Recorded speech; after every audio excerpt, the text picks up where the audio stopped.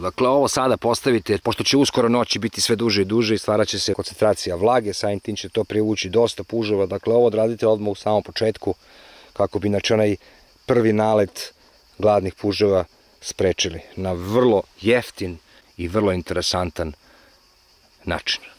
Trik kako da sačuvate vaš kupus od štetočina bez ikakve hemije.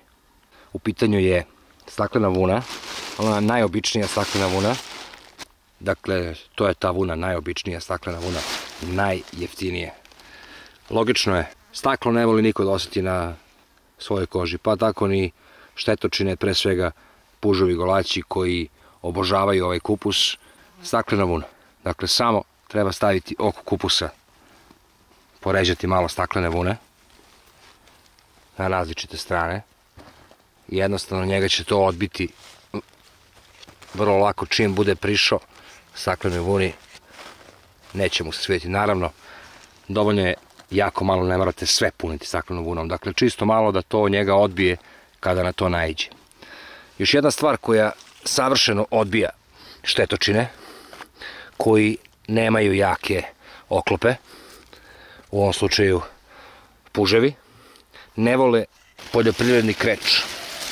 Njega uzmete samo ovako, izmrvite ga na staklenoj vuni, okolo. Puževi su tu nezgodni jer su oni veliki, dakle odmah pojedu dosta listne mase, jednostavno biljka ne može da raste.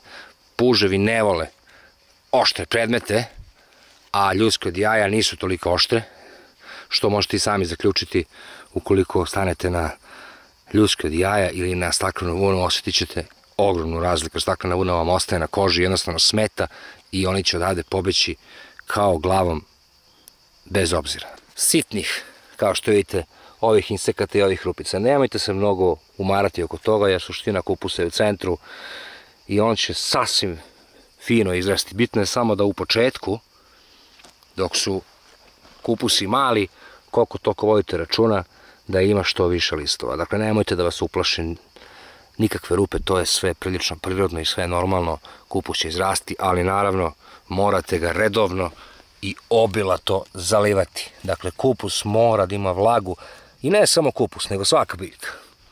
Svaka biljka želi da ima dosta vode kada je najtoplije. Šta više, verovali ili ne, kamena vuna sadrži zaista sve ono što vašem tlu zapravo i treba. Dakle, ona se sastoji od recikliranog stakla u najvećem, naravno, procentu, a zatim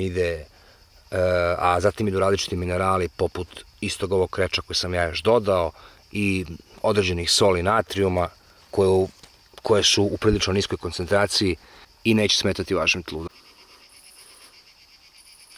Koliki big buff.